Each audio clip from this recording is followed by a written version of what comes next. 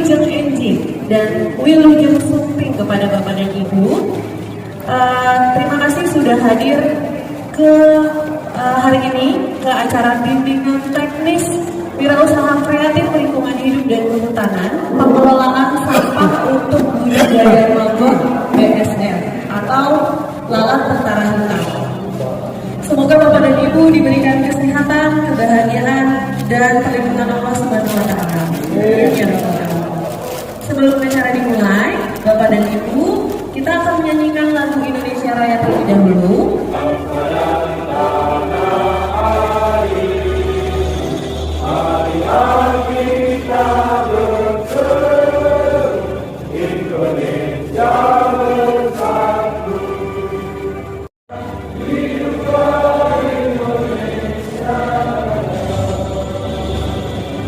Kepada yang terhormat Ibu Kepala Pusat Pengembangan Generasi Lingkungan Hidup dan Kehutanan, BPU SDM Kementerian Lingkungan Hidup dan Kehutanan, kemudian Wakil dari Dinas Lingkungan Hidup Provinsi Jawa Barat, Pak Agus, dan Wakil dari Dinas Lingkungan Hidup Kabupaten Sukabumi, Pak Sesti, Pak Rasad.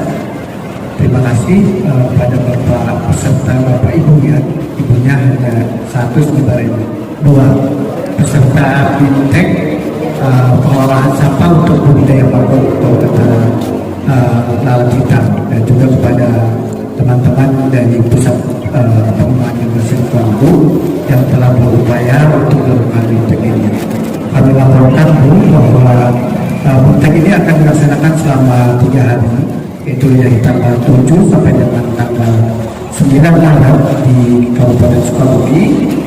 Kami berterima kasih kepada PT Masaro dan juga Dinas Lingkungan Hidup Kabupaten. Baik, Bismillahirrahmanirrahim. Assalamualaikum warahmatullahi wabarakatuh. Yang terhormat Kepala Pusat Pengembangan Generasi Lingkungan Hidup dan Kehutanan Ibu Susiana Sulastri dan jajarannya. Yang terhormat Dinas Lingkungan Hidup Kabupaten Sukabumi yang mana diwakili Pak Sekdis Pak Rasad.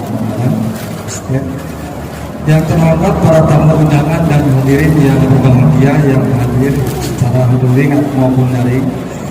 Puji syukur kehadirat Allah Subhanahu wa Ta'ala atas karunia dan hidayahnya sehingga pada hari ini kita sekalian dapat hadir di sini dalam acara bimbingan teknis wirausaha kreatif pengelolaan sampah untuk budidaya maggot. Bismillahirrahmanirrahim. Assalamualaikum warahmatullahi wabarakatuh. Sampurasun. Salam sejahtera bagi kita semuanya. Yang terhormat Kepala Pusat Pengembangan Generasi LH dan Kehutanan, Kementerian Lingkungan dan Kehutanan, Bu Susiana Sulastri. Juga dan tim yang kami hormati Kepala Bidang Pembinaan Wirausaha Kreatif Kementerian Lingkungan dan Kehutanan, Pak Iwan. Ditilangnya itu sebelum ditempatkan di tempat sampah. Jadi akan enak nanti mengelolanya setelah. Jadi yang misalnya botol ini juga sebenarnya sudah dipisah ya antara tutupnya dengan botolnya dan juga penutupnya ini. Itu akan memiliki harga jual yang lebih tinggi kalau nggak salah ya di bank sampah kan udah tahu. Nah kalau misalnya Ibu nggak takut maggot ya? Nggak takut. Oh bagus ya. Nggak takut maggot. Geli nggak? Awalnya geli, tapi sekarang udah nggak ya. Berarti pernah lihat maggot? Oh. Bapak lagi bukan maggot bapaknya, maggot ini ya.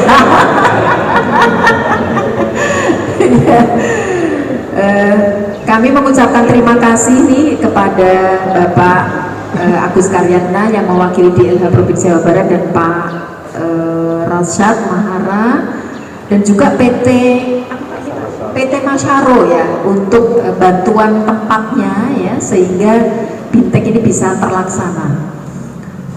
Dan saya dengar tadi Pak Rasad menyampaikan usaha dari PT Masaro ini adalah juga terkait dengan pengelolaan sampah ya, yaitu pengelolaan sampah organik atau pengolahan sampah untuk dijadikan pupuk ya Pak, pupuk cair sama konsentrat dan juga pupuk kompos ya, pupuk kompos.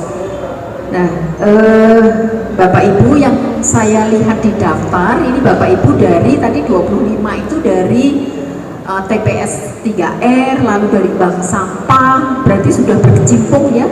Tiap hari ngeliat sampah ya Bapak Ibu ya.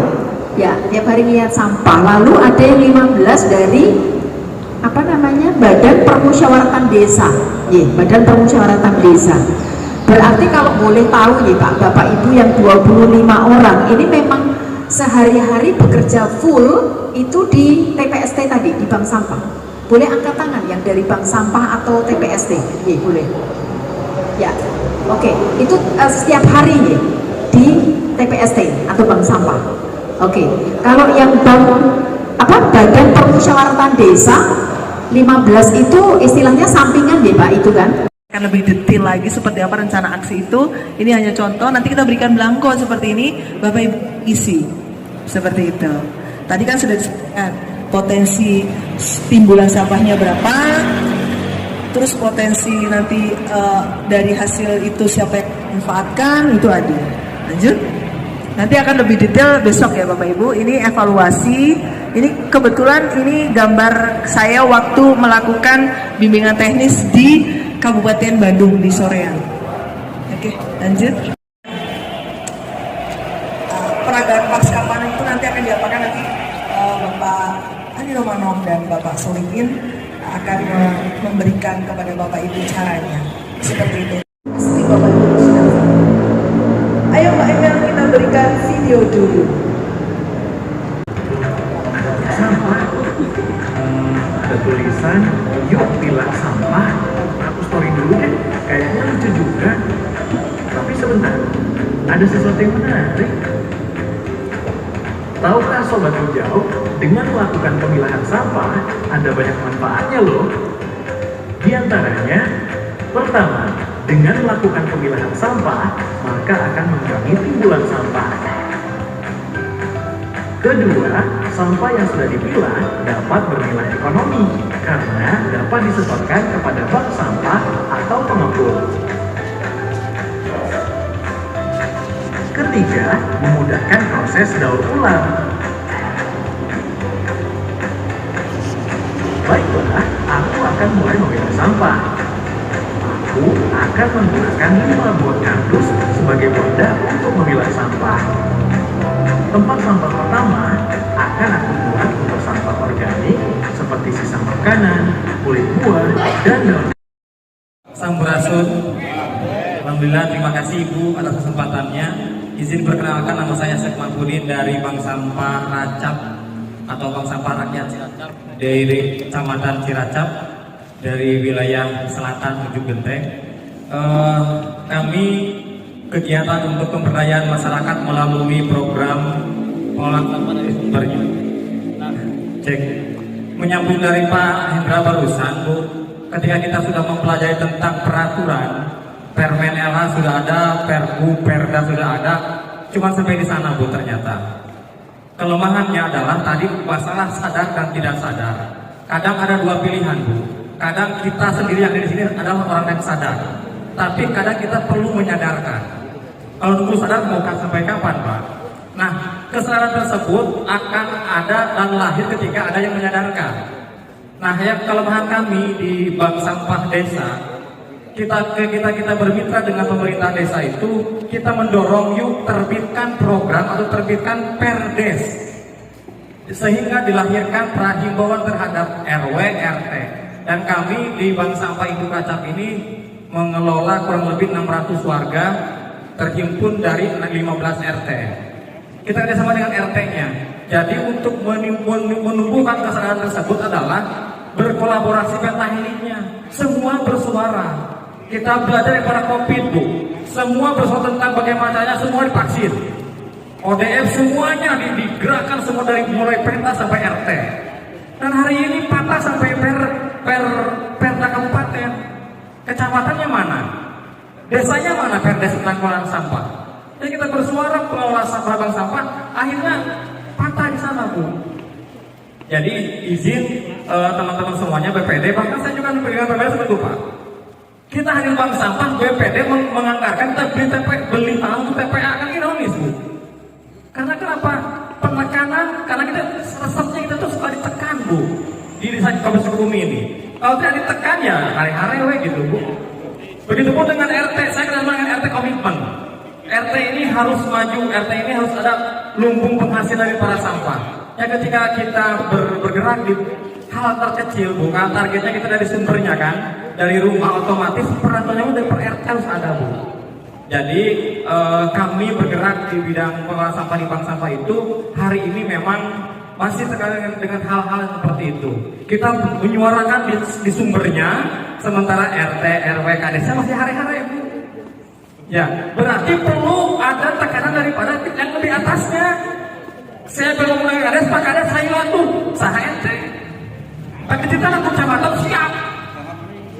Pak, siap ada mengatakan HPSN, desa semua bergerak. Karena yang memerintahkan adalah kecamatan. Jadi kita menggerak kayumu setiap hari kita kelola sampah, setiap menimbang sampah, hari-hari. Karena yang menyuarakannya kami, yang tidak mempunyai kuasa dalam tinta hitamnya itu. Ini ya kita record itu di Jawa Barat, di Bandung ada fasilitator kampung bedas ya Pak. Nah, fasilitator kampung bedas. Nah itu juga kan, nah, di Sukabumi mungkin kita bisa di ini Pak di kemudian Subang, kemudian Magelang, Banyumas, Purbalingga, ya, Karawang dan juga Kabupaten Bogor. Nah, saat ini kami ada di Kabupaten Subang ini, mudah-mudahan bisa tadi menyebarkan virus kebaikan ini.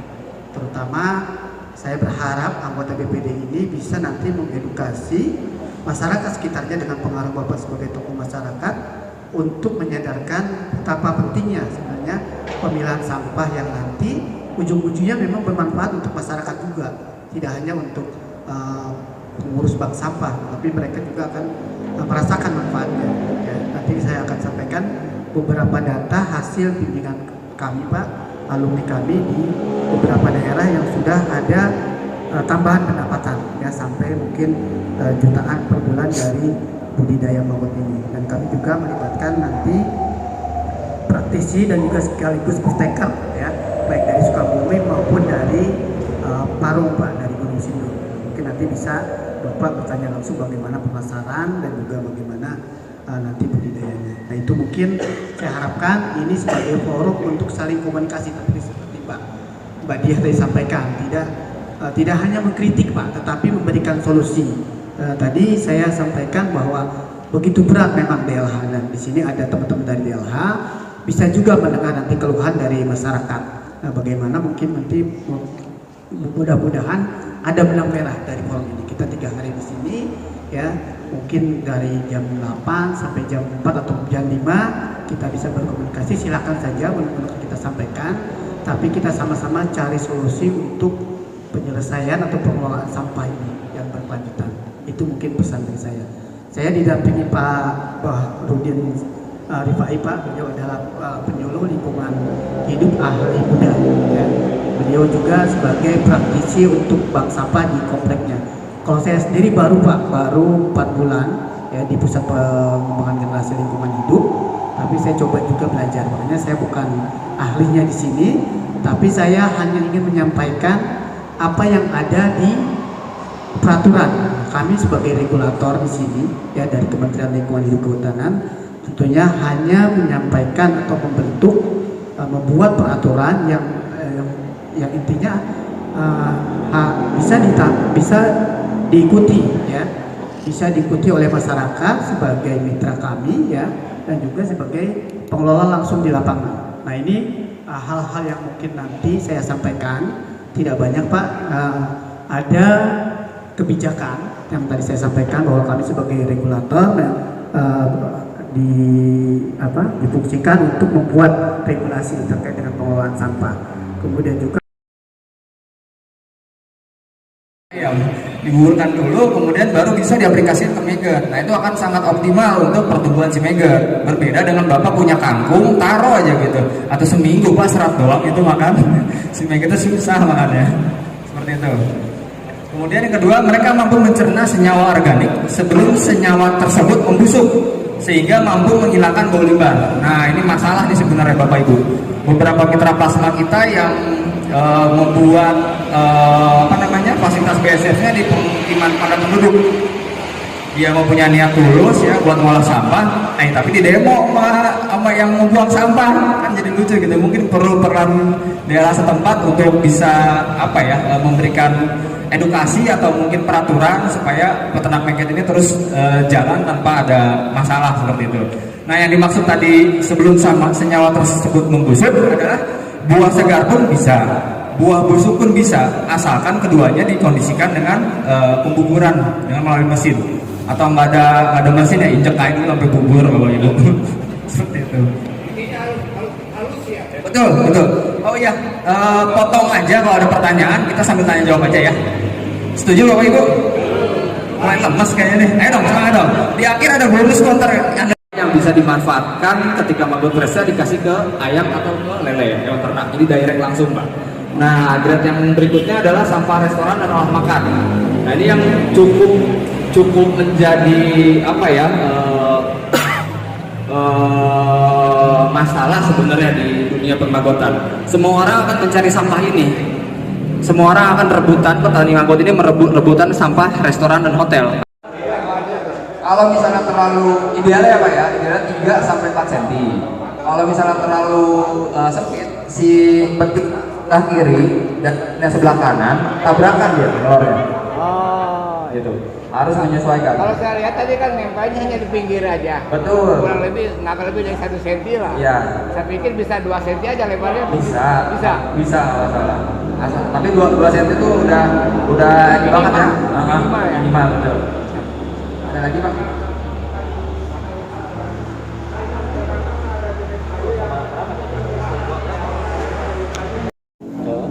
Memang terlihat mudah, ini cuma perlu kehati-hatian.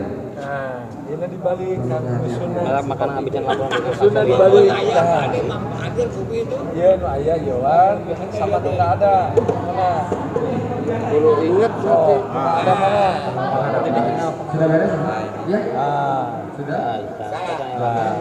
Kayunya kembali. Kita harus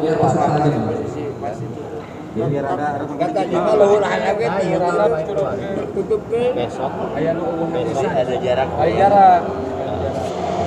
Sudah semua ya? memang sengaja pakai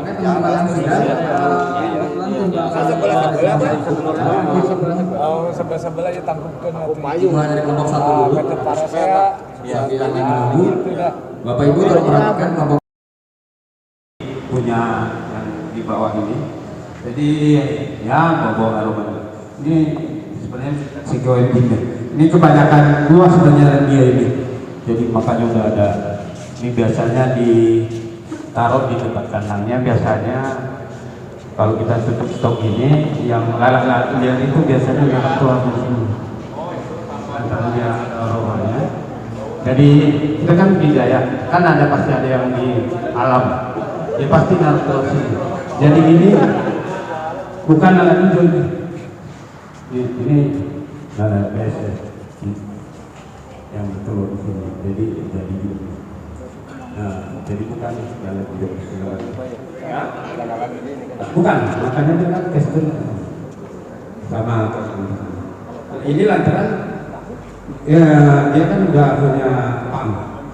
Jadi nyimpan makanan sampah ini bukan kandang dia, jadi kan ada yang nonton pasti dia betul nanti pasti lawan itu kalau ada stok makanan di tempat budidaya.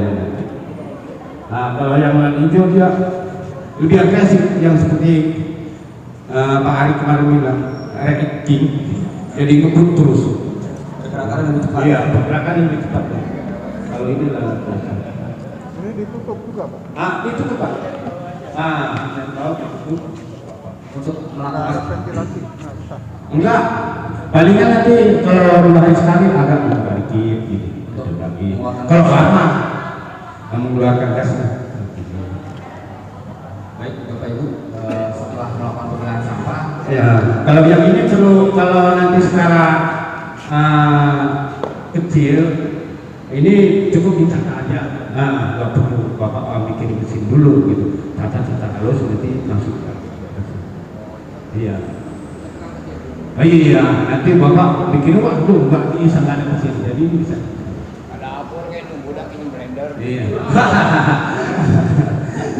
Kalau biar aja. Sebenarnya ini juga kalau dimodifikasi pasti habis, cuma nanti pas tongkol-tongkolnya ada bonggol-bonggolnya. Kalau ini nanti bersih juga kering di secara keseluruhan kalau misalnya pengen habis itu tentu sampah. Baik, Kang Solin, kita tolong dibantu memberikan sampah, memberikan pakan ke maggot. Ini maggot yang usia 14 hari, sebenarnya kita bawa 7 hari, cuma tidak memungkinkan. Kita praktekkan, anggaplah ini yang 7 hari Bapak Ibu. Setelah pindah si babynya ke dalam biopon, maka dituangkan sampahnya. Cara menuangkannya simpel, sederhana, cukup taruh di atasnya dengan memberikan jarak sesuai dengan ukuran bioponnya. Sebelah kiri dulu, oke. Jangan terlalu ke pinggir. Cara memberi ukuran makanan simpel aja, Pak.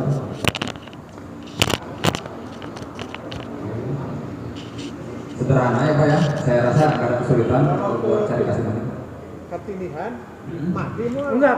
justru dia dari tebal 5 cm aja dari bawah buat siapa asal ulah didedetkeun tidak kok tidak kamu didedetkeun kedua yang tarik teing ada ibu-ibu Idealnya memberikan makan maggot itu di sore hari Pak. Idealnya. Cuma kan Bapak punya kegiatan lain segala punya kerja atau aktivitas lainnya gitu. Itu bisa di pagi atau siang. Kalau ngomongin idealnya di sore, kenapa? Karena si maggot ini akan metabolisme lebih bagus lagi ketika malam atau suasananya gelap. sehari berapa kali? Takarannya ada di tabel, mungkin nanti akan dipelajari, diberikan oleh peserta. Kalau misalnya untuk 2 gram hari pertama ketika pindah itu 1,5 kiloan Pak. Lalu baik lagi Pak ya, kita akan menggunakan jenis sampah apa karena akan berbeda-beda itu setiap harinya. Pak, itu sampai tertimbun semua? Sesuai takaran tabel Pak, hari keberapanya gitu. Nanti akan saya jelaskan kembali biar.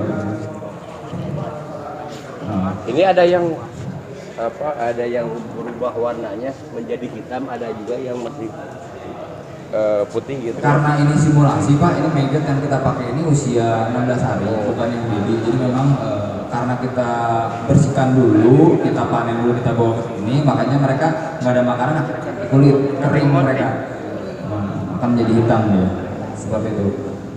Ada pertanyaan? Beri makan?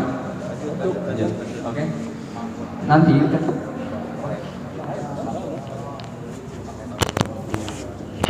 Bapak menemukan masalah sampahnya berikat segala macam, Bapak cukup menaburi dengan dedak, dengan ampas kelapa atau dengan kayu ya, gaji kayu. Nah, sekarang kita coba praktekkan pakai bekas sisa media jamur ya Pak ya. Mana Pak ya?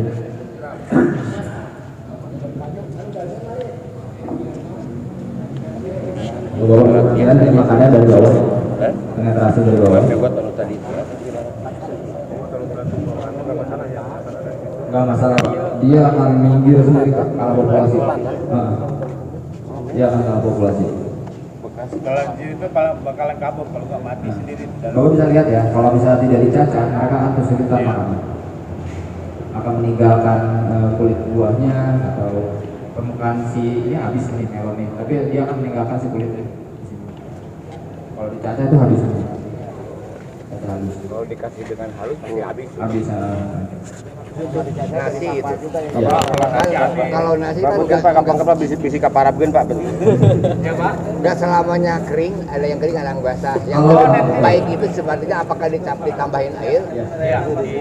Kalau nasi. Kalau Bapak nasi aking, nasi aking Bapak bisa dimegang dengan air atau ikut digiling dengan makanan lain yang punya kadar air tinggi. Misal buah pepaya, kita campurin nasi aking, itu bisa.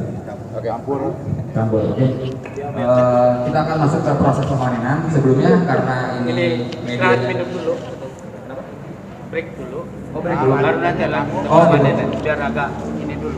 Kering. Dan tidak mengandung unsur kimia.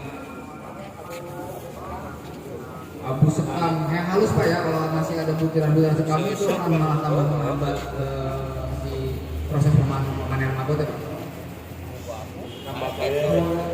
Tambahkan sebaiknya jangan Pak. paling mudah, paling banyak ditemukan mana-mana adalah ya beca kayak gini. Sambil praktek, sambil ada yang mau tanya? Usia 7 hari kan bisa. Ya, 7 hari itu pindah dari media tetas tadi. Jadi saya runut lagi Bapak Ibu ya, yang tadi penetasan itu adalah dia akan menetas 3-4 hari. Setelah menetas mereka akan memakan dedak yang sudah diberikan air itu selama 7 hari.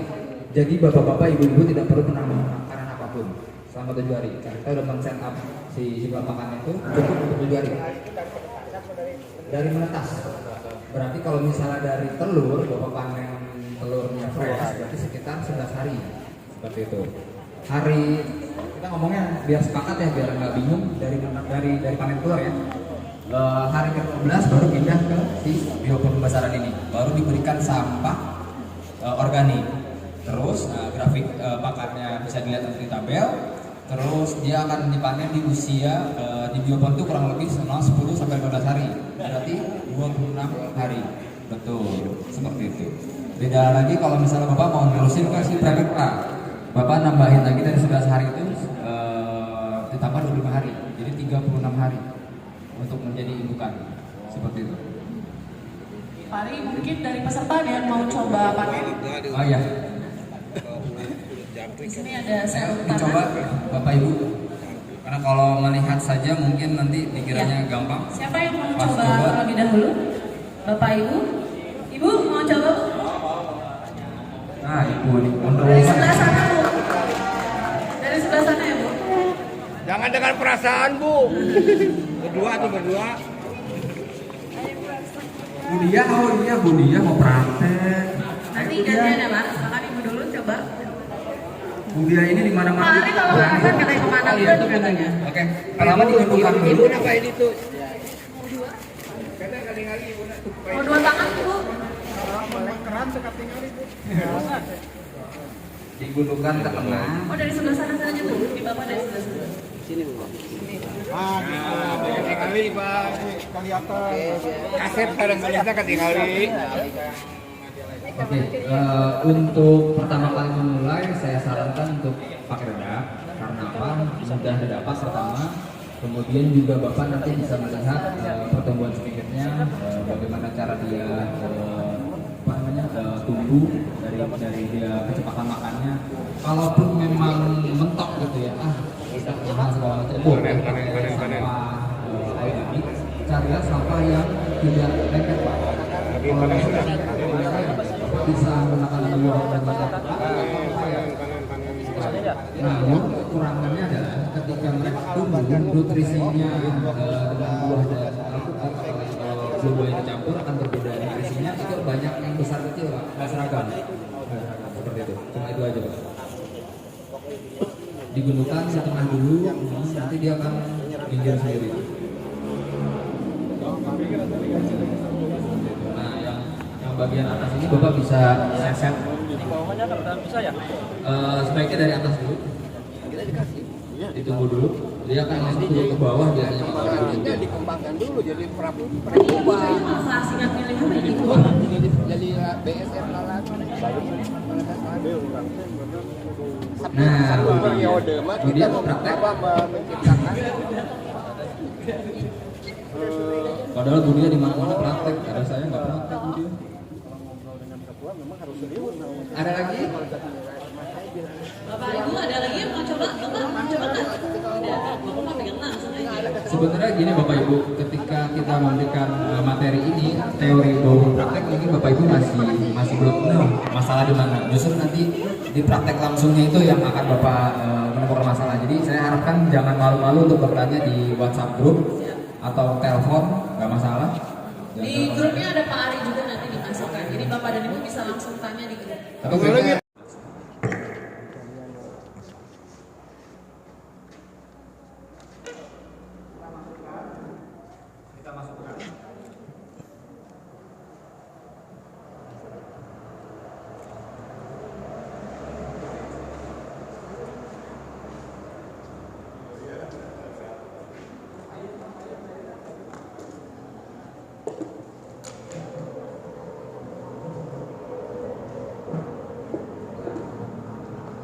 memposisikan si tempat itu di dalam kandang. Kemudian Bapak Ibu dapat lupa ini foto ini dikeluarkan, dimasukkan ke si bak abu-abu ini. Karena kita belum punya dapurnya, maka kita taruh penutup di atasnya. Masukkan penutupnya.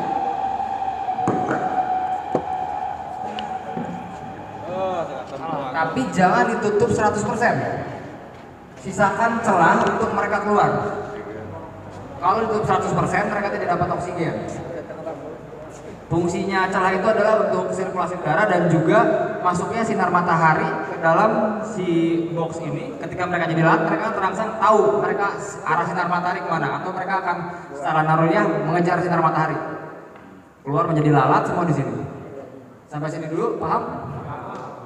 Alhamdulillah. Oke, selanjutnya kita akan masukkan box atraktan. Pemikat. Box pemikat. Jadi isinya si box itu diisi dengan sampah organik bisa, atau yang tinggal di Pelabuhan Ratu mungkin lebih gampang nyarinya, ikan ruca atau ikan-ikan di pelabuhan, Pak.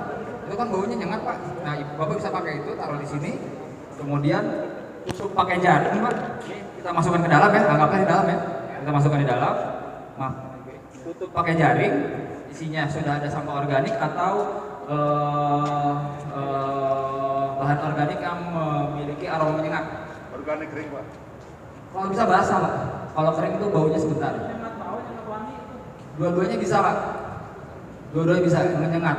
Mau baunya nyengat, wanginya nyengat bisa. Kalau medianya bebas, yang penting baunya yang menyengat. Ya, rangsangan itu dari baunya. Bagus, Pak. Kemudian dilindungi oleh jaring yang seperti ini. Taruh atraktannya, taruh EGC di atasnya. Seperti ini. Sesimpel ini. Ada pertanyaan? Ya. Hari pertama kan kita masukin pupa.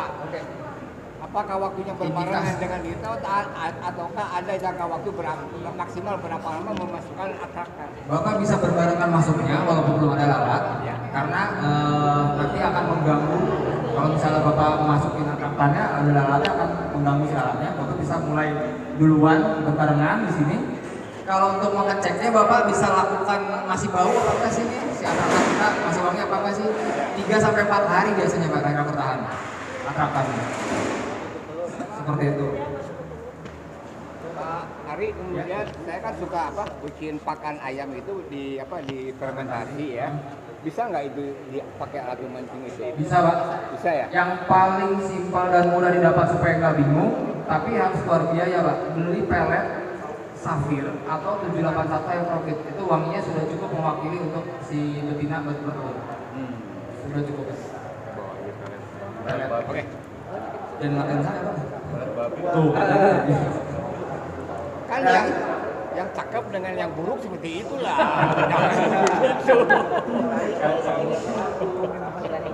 Iya.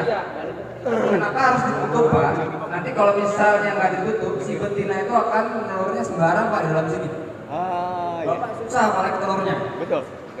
Kemudian perhatikan juga jarak antara insektarium dengan biopon. Kalau dekat, wangi dari atau bau dari santaran ini akan bias dengan wangi dari sampah biopon.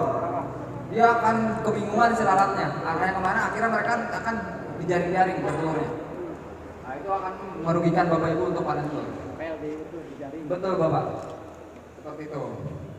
Lanjut. Bangun bingung. Apa bingung? Lanjut. Sok bingung gimana? Diulang, Pak. Diulang. Mantap. Saya kan di belakang. Siap. Gimana katanya? Rapat, Pak. Saya paham ke belakang. Oke, praktek cara masukinnya aja biar. Nah, dipraktekin, Pak. Bapak yang pakai topi, Pak, namanya siapa, Pak? Rudi. Pak Rudi, emang nggak diperhatikan, Pak? Ini udah ya, ada lalatnya di dalam. Ya udah masuk ke dalam nih boxnya. Kurban udah masuk ke dalam. Terus tahap keduanya kita masukin ini nih. Boxnya kita masukkan dulu boxnya. Di pinggirnya. Di pinggir jangan dekat-dekat jaring ya, jangan dekat jaring ini. Tengah-tengah. Ya, yang campur ini. Nah, langsung kita masukin ininya Pak ya. Di dalam pakai wangi-wangi yang bau dulu Pak, di bawahnya. Masukkan dulu. Masukin dulu perangsang untuk si lalat ya. Si lalat itu apa namanya biar si betinanya jadi terangsang untuk naruh telurnya gitu Pak. Bisa dengan ikan busuk. Pokoknya bau-bau menyengat gitu Pak. Jangan nanti busuk aja Pak. Ya pokoknya busuk lah. Asal ulah eta we. Kusuna Pak belit toh. Ya setelah ditutup jaring Pak, kita letakkan ini Pak di atasnya Pak, di atas jaring ya. Nah ini udah ada jaring, nanti kita taruhnya model gini Pak. Nah, cukup gitu aja Pak. Jadi instruktur. Ada pertanyaan Pak? Mas. Manis. Bagaimana Pak? Gimana Pak? Biar semuanya dengar Pak. Jumlah egisnya cukup dengan satu aja. Jumlah egis akan menyesuaikan dengan populasi si lalat. Perbandingannya? Kalau 1 kilo Bapak cukup 1 egis dengan tumpukan 4. Oke. Ini boleh dipasang lebih dari 1? Boleh, tapi kalau populasi 1 kilo itu akan menambah pekerjaan Bapak. Karena ada 2 kayu yang Bapak panen tapi jumlah kepadatan jumlah sedikit. Sama-sama saja. Iya. Kalau udah nggak ada pegawai Pak, 10 Pak. Maghrib selesai. Saya mah sehari lah. Mulai dipanen hari keberapa? Mulai, oke, indikasi ada telurnya di sini Pak ya. Bapak akan mengamati si BSF ini metamorfosis dalam penerbangan di insektarium. Bapak akan mengamati dia menjadi lalat dari lalat baru menetas menjadi lalat dewasa, penerbangan, kemudian kawin. Udah tahu kan kawin kemarin ciri seperti apa? Nah, selang kawin 1 hari, Bapak wajib mengecek di dalam sini telurnya. Kalau bapaknya nggak bisa melihat, perhatiin 1 harian. Tapi kalau misalnya pengen banget rasa taunya tinggi, Bapak bisa perhatikan nanti si lalat-lalat betina itu akan nempel di kayu ini dan akan menyetikkan ujungnya itu yang seperti jarum ke dalam lubang ini. Itu sudah pasti bertelur Pak. Seperti itu. Gimana? Oke, siap. Itu Pak, itu pakai daun kering. Saya lihat di gambar itu pakai apa daun pisang itu apa memang media untuk diam di sana diwajibkan atau tidak maksudnya? Ya sunnah Pak. Sebenarnya media itu ada hubungannya dengan jumlah ideal nanti berapa sih kapasitas sebenarnya kandang ini, berapa sih upaya yang harus dimasukkan. Media kelaras itu untuk menambah volume hinggap Pak, untuk menggosip Pak, gosip pentas ya tak kawin lah gitu. Hanya untuk media hinggap saja. Siap seperti itu. Ujung garingnya bisa. Dari terus pada saat lagi dari belajar di lalat ke situasi mereka kawin itu berapa lama? Udah kawin Pak? Udah sih kawin ya? Berapa lama dari pas penetapan? Oke. Tunggu dulu kakak. Setelah mereka nongol ya Pak ya, dari si cangkang pupa itu 4 hari mereka biasanya fase kawinnya. Jadi fasenya harus diperhatikan ketika mereka baru keluar, mereka belum bisa kembang. Warnanya cenderung kehijauan, masih banyak lendir-lendir warna putih di tubuhnya. Mereka akan mengeringkan itu dulu. Hari kedua mereka biasa sudah bisa terbang. Hari ketiga mereka sudah mulai birahi. Hari keempat baru mereka kawin. Tolong diamatin labun kalau oh ya, yang kering ini biasanya di pasaran 1 kilonya itu range 45 sampai 80.000. Tergantung dari prosesnya. Biasanya yang paling mahal itu proses dengan microwave. Kalau di toko-toko burung, toko ikan hias biasanya diecer per 100 gram dengan harga 15 sampai 25.000 biasanya. Bagaimana cara kita mengemasnya dengan menarik kemasannya? Kalau kami fokusnya di tepung, jadi prosesnya kemarin dengan mesin vertikal, si tepung maggot ini dengan mesh 20 mikron, ini dimanfaatkan untuk ikan air tawar yang burayak tapi mau lele, mau patin, ikan emas, ini masuk semua pakai pakan kita di awal. Kemudian yang hijau itu untuk ikan, nah yang biru ini untuk udang. Yang biru ini untuk udang Faname dengan tingkat kehalusan sama 20 mikron. Kita sedikit cerita ya, mudah-mudahan bukan sombong tapi ria. Kita pernah datang ke satu PT di Lampung. Kita trial head to head dengan pakan Belgia, mem. Itu per gramnya 400.000 kalau nggak salah, per 200 gram 400.000. Kita head to head trial di benur Faname sampai PL4 dari mulai meses, soya, PL1, 2, 3, 4 itu kalau nggak salah 6 minggu. Pakan kita sama mem masih kalah sedikit dengan mereka, dengan pakan mem itu. Cuma mereka kalah dengan harga kami. Mereka 400.000 gram, kita jual 250 per 500 gram. Jadi mereka sudah mulai goyang dan ternyata produksi lokal kita banyak potensinya nih. Artinya challenge dari Kementerian Kelautan Perikanan tentang bahan baku protein yang tidak boleh berbentrokan dengan konsumsi manusia sudah mulai terjawab. Ada tepung maggot, ada tanaman indigo vera, karena terus terang beban kami cukup berat juga ketika kami diberikan hibah oleh Kementerian Kelautan Perikanan dari Dirjen Budidaya dari Dirjen Budidaya atau DJPB. Kami dituntut untuk berinovasi bagaimana caranya produk maggot ini tidak cuma sebatas sampai dikering saja, tapi bisa masuk ke industrial pakan, baik itu di pakan awal ataupun nanti di pembuatan pelet. Kami coba berinovasi selama 2018 3 tahun ya, alhamdulillah sedikit-sedikit sudah ada mulai pencerahan bagaimana produk lokal kita bisa diterima di dunia perikanan dan peternakan. Seperti itu. Kalau bapak-bapak nanti ingin menjadi reseller, silahkan. Karena di sini saya ngerti banget nih banyak banget perikanan dan peternakan nih. Gitu. Nanti SOP dan segala macam akan saya berikan. Ikut aja nggak apa-apa. Kita kuis kali ya. Oh, ada pertanyaan.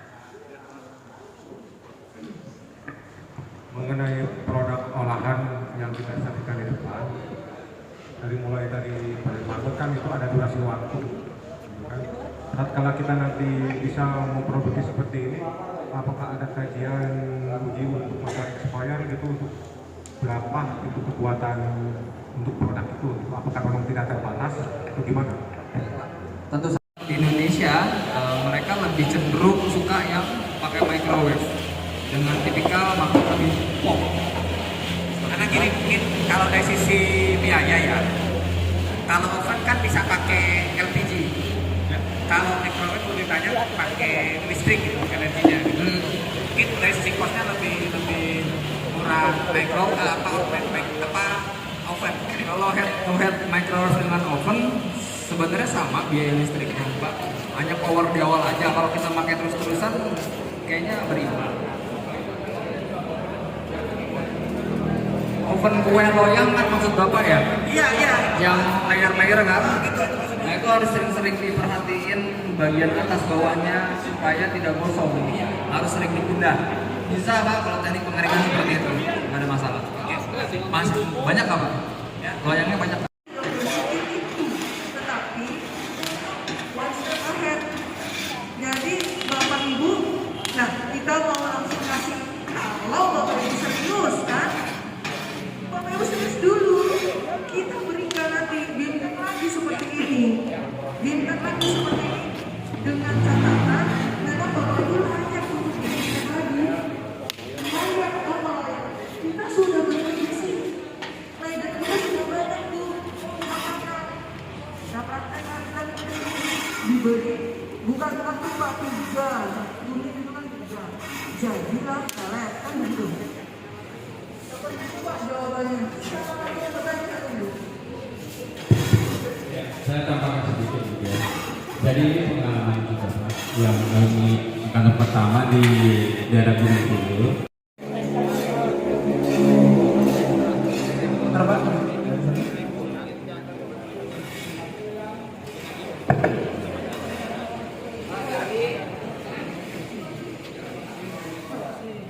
Kalau tadi mah agak hitam.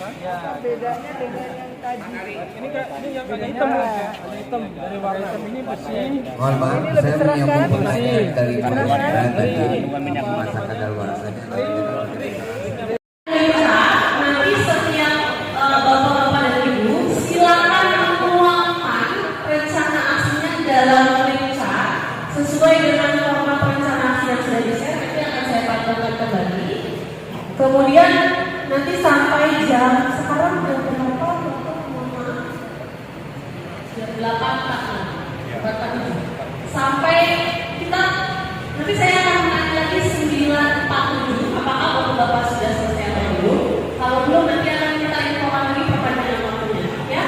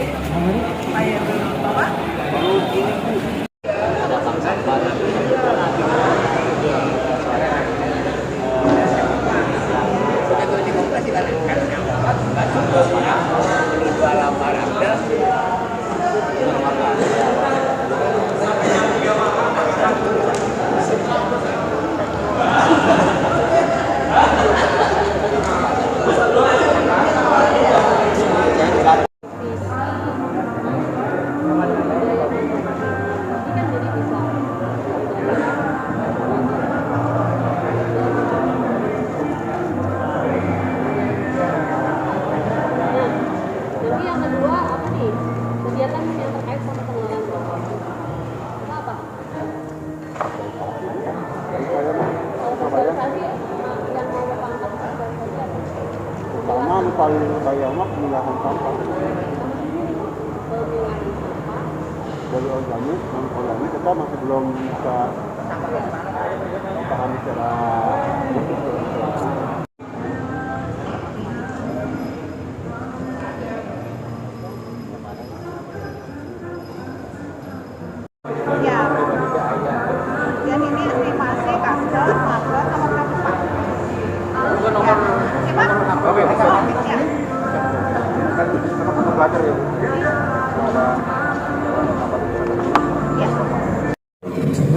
dari Surade ada 2 desa yang punya bank sampah.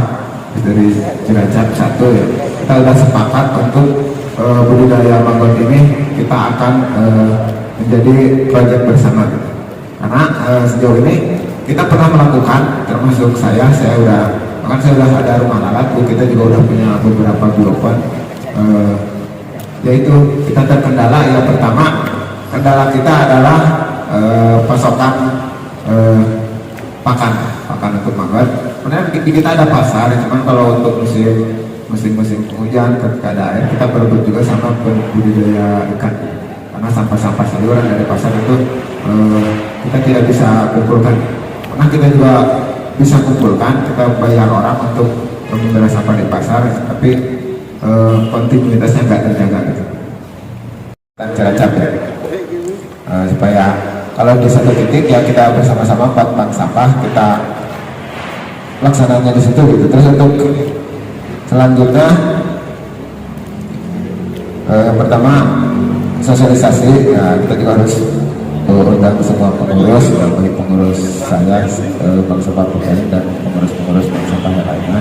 Terus kita juga akan koordinasi dengan desa, kemudian kita bekerja sama juga dengan koperasi, nanti ada TKPS yang mendampingi kita. Terus pelaksanaan budidaya maggot mungkin dalam 1 bulan 2 bulan ini kita akan laksanakan ya. Mungkin itu perencanaan kami. Coba Bu, ini kita langsung rencana aksinya, karena kami ini tadi sekali lagi kami membawa bendera BPD sehingga kami melibatkan pemerintahan desa. Kegiatannya penyampaian kepada kepala desa rencana penanganan sampah secara terorganisir. Indikator keberhasilan kesepakatan pembahasan dalam rapat kelembagaan desa. Jadi kami sepakat dengan kepala desa dulu, sepakatnya nih gitu kan untuk membahas masalah sampah. Sekali lagi kami membawa bendera BPD. Kemudian lokasi aula pemerintahan desa, waktunya minggu pertama, sumber dana kas desa, pihak terkait terlibat kepala desa BPD, itu internal dulu antara BPD dengan, artinya pemerintah desa dengan BPD. Kemudian rapat kelembagaan pembahasan penanganan sampah. Indikator keberhasilan terlaksana rapat kelembagaan desa. Lokasi aula desa, minggu masih minggu 1, sumber dana kas desa, pihak terlibat kepala desa, BPD, perangkat desa, kelembagaan desa, Karang Taruna, BUM desa.